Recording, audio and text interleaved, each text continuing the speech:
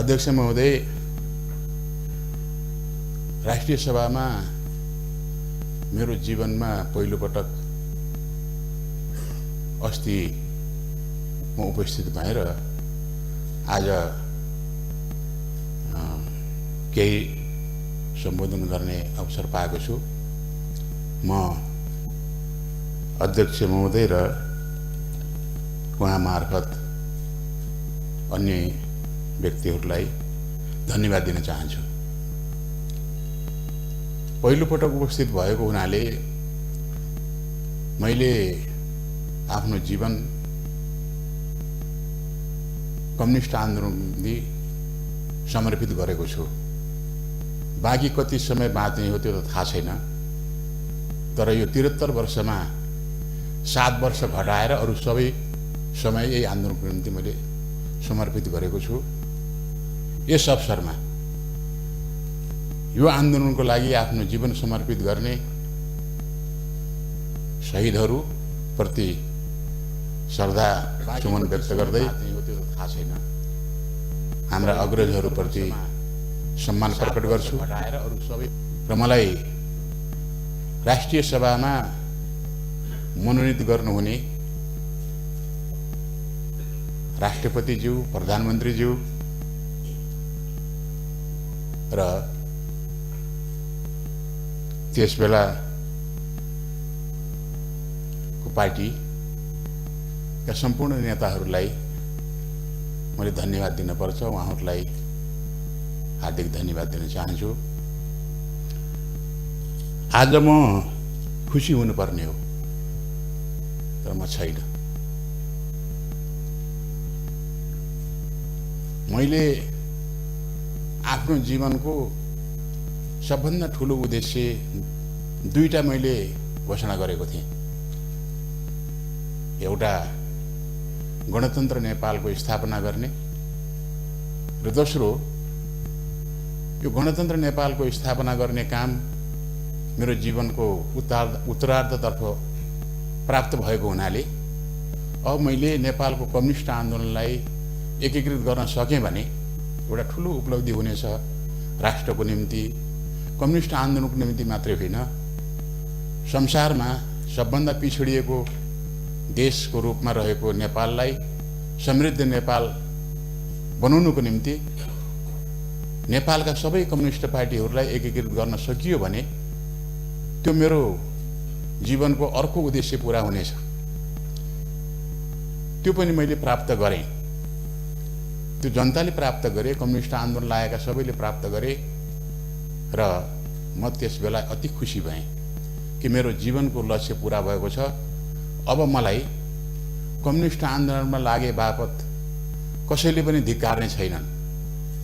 मैले सानै उमेरदेखि यो आन्दोलन आफूलाई लगाउँदाखेरि धेरै मानिसहरूले खिसीटिउरी गर्थे।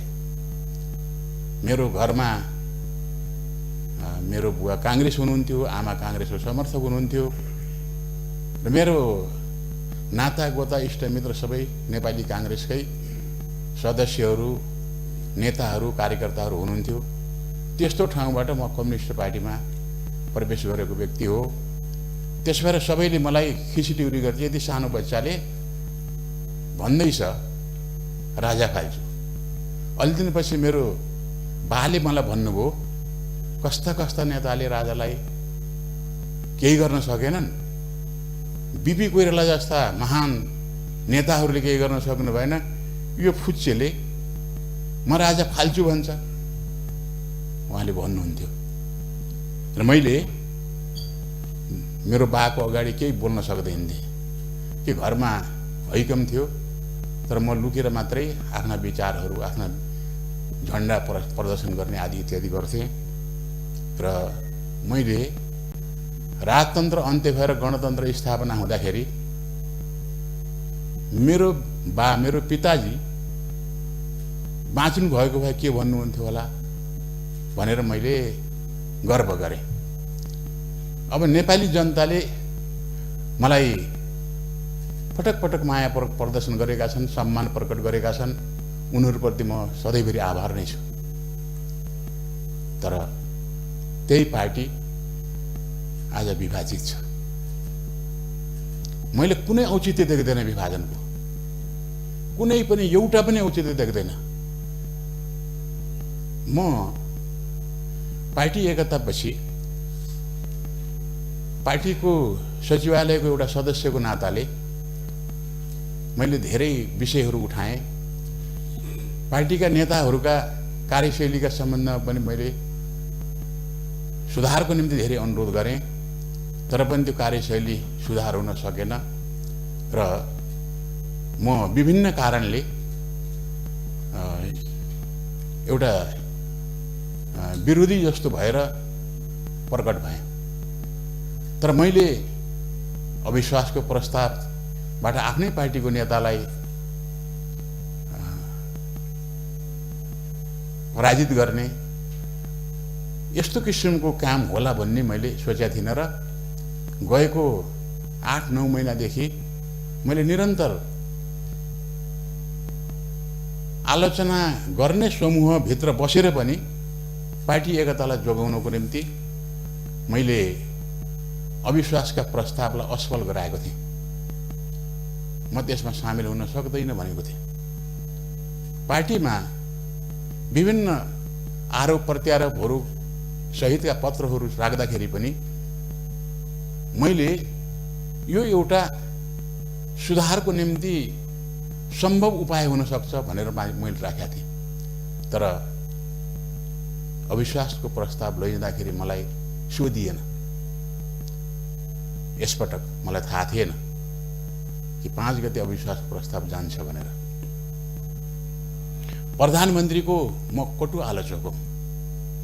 उहाँको कार्यशैलीले नै हाम्रो पार्टीमा धेरै धेरै विवादहरू उत्पन्न गराएका हुन् र उहाँ मेरो 43 वर्षदेखिको सहयोद्धा पनि हो, मेरो मित्र पनि हो र उहाँलाई मैले धेरै पटक सुझाव राखेको छु यो शैली सुधार गर्नुपर्छ भनेर। उहाँ प्रधानमन्त्री 2 पटक हुनुभयो। 2 पटक मैले धेरै अनुरोध गरेँ। कति मेरा सुझावहरू उहाँले ग्रहण गर्नुभयो, कति ग्रहण गर्नु भएन। तर उहाँले पनि मलाई मित्रको रूपमा नै सधैँभरि सम्मान गर्नुहुन्छ, आज पनि गर्नुहुन्छ। तर यसपटक प्रतिनिधि सभा भङ्ग गर्दाखेरि म एउटा कम्युनिस्ट आन्दोलनको योद्धा, आफ्नो जीवन समर्पित गरेको, आफ्नो किसिमले भूमिका खेलेको, सायद नेकपा एमाले भित्र सबभन्दा बढी संगठन निर्माण गर्ने र नेताहरू कार्यकर्ताहरू पार्टी सदस्य निर्माण गर्ने भित्र म पर्छु होला। अत्यन्त कठिन परिस्थितिमा हामी एक ठाउँमा छौँ। तर उहाँले सोध्नु भएन, मलाई थाहा थिएन। उहाँले पटक पटक भन्ने गर्नुभएको थियो कि यो मलाई अविश्वासद्वारा बर्खास्त गर्ने काम, प्रधानमन्त्रीबाट बर्खास्त गर्ने काम गर्नुभयो भने त्यो दुर्भाग्यपूर्ण हुनेछ। मैले उहाँलाई सल्लाह दिएको थिएँ, पार्टीमा जब अल्पमतमा पर्छन् नेताहरू, प्रधानमन्त्री नै भए पनि राजीनामा दिनुपर्छ। पार्टी जोगाउनको निम्ति अन्तिम पटक पनि उहाँको निम्ति त्यो अवसर थियो। अविश्वासको प्रस्ताव लगिरहेका थिए भन्ने थाहा पाएपछि मैले सोचेँ म त्यो ठाउँमा भएको भए के गर्थेँ होला भनेर सोचेँ। म भएको भए त्यो अविश्वास प्रस्ताव दर्ता गर्नुभन्दा पहिले नै मैले राजीनामा दिन्थेँ। त्यसले मैले मेहनत गरेर निर्माण गरेको पार्टी जोगिन्थ्यो र एउटा उदाहरण प्रस्तुत हुन्थ्यो नेपालको इतिहासमा कि पार्टी र सरकारको सम्बन्ध राम्रो मिलाउनको निम्ति र आगामी दिनमा यो आन्दोलनलाई अगाडि बढाउन चाहनेहरूको निम्ति एउटा शिक्षा हुने थियो। मैले त्यस्तो सोचेँ। त्यस भएर मैले समर्थन गरिनँ। मैले यो असंवैधानिक कदम हो भनेर भने। तर सर्वोच्च अदालतमा परेका जति पनि रिटहरू छन्, ती रिटहरू संवैधानिक इजलासमा लगिएपछि अब असंवैधानिक हुन् भन्न मिल्दैन। त्यसरी म चुप लागेको छु कि यो विषय संवैधानिक विषय हो भनिसकेपछि सर्वोच्च अदालतले त्यो भनिसकेपछि पछि पनि निर्णय गर्दाखेरि यदि पुनर्स्थापनै गरेछ भने पनि यो असंवैधानिक हो, त्यसो भएर पुनर्स्थापन भनेर भन्ने छैन।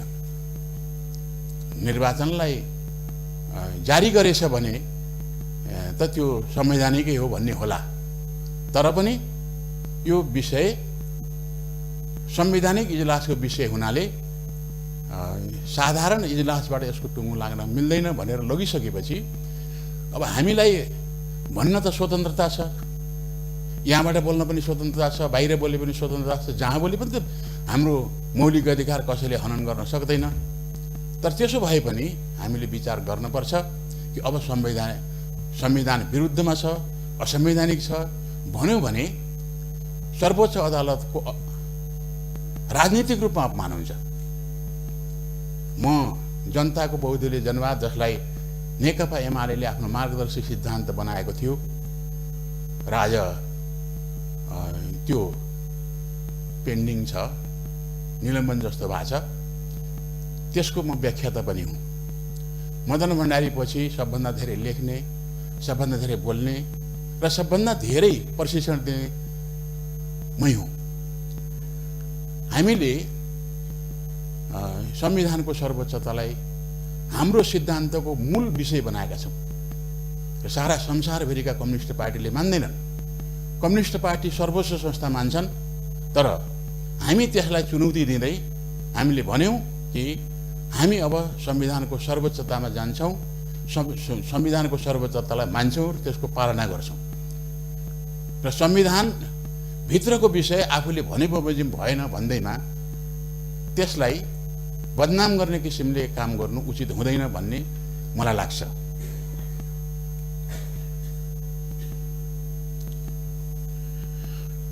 आज हाम्रो पार्टी दुई समूहमा विभाजित छ र म कुनै पनि समूहमा छैन, किनभने मैले विचार गरेँ यो 3 वर्षमै पार्टी विभाजन गर्नु थियो भने एकता किन गर्न परेको थियो? पार्टीभित्र अन्तर्विरोधहरू हुँदैनन् भनेर कसरी कल्पना गर्छ भने त्यो जतिको मूर्खतापूर्ण निष्कर्ष अरू हुन सक्दैन। पार्टीको जीवन अन्तर पार्टी सङ्घर्षमा हुन्छ, वाद विवादमा हुन्छ, वाद विवादहरूको निष्कर्ष निस्कन्छ, फेरि अर्को चाहिँ अन्तर्विरोध पैदा हुन्छ। त्यसबाट अन्तर पार्टी सङ्घर्षबाट कुनै पनि पार्टी, कम्युनिस्ट पार्टी मात्रै होइन, राजनीतिक पार्टीहरू मुक्त हुन सक्दैनन् र त्यहाँ नेता त्यो हुन्छ जसले ती समस्याहरूको समाधान गर्छ, देखा परेका अन्तर्विरोधहरूलाई सही किसिमले विश्लेषण गर्न सक्छ र त्यसको समाधान दिँदा पार्टीलाई नयाँ जीवन प्राप्त हुन्छ।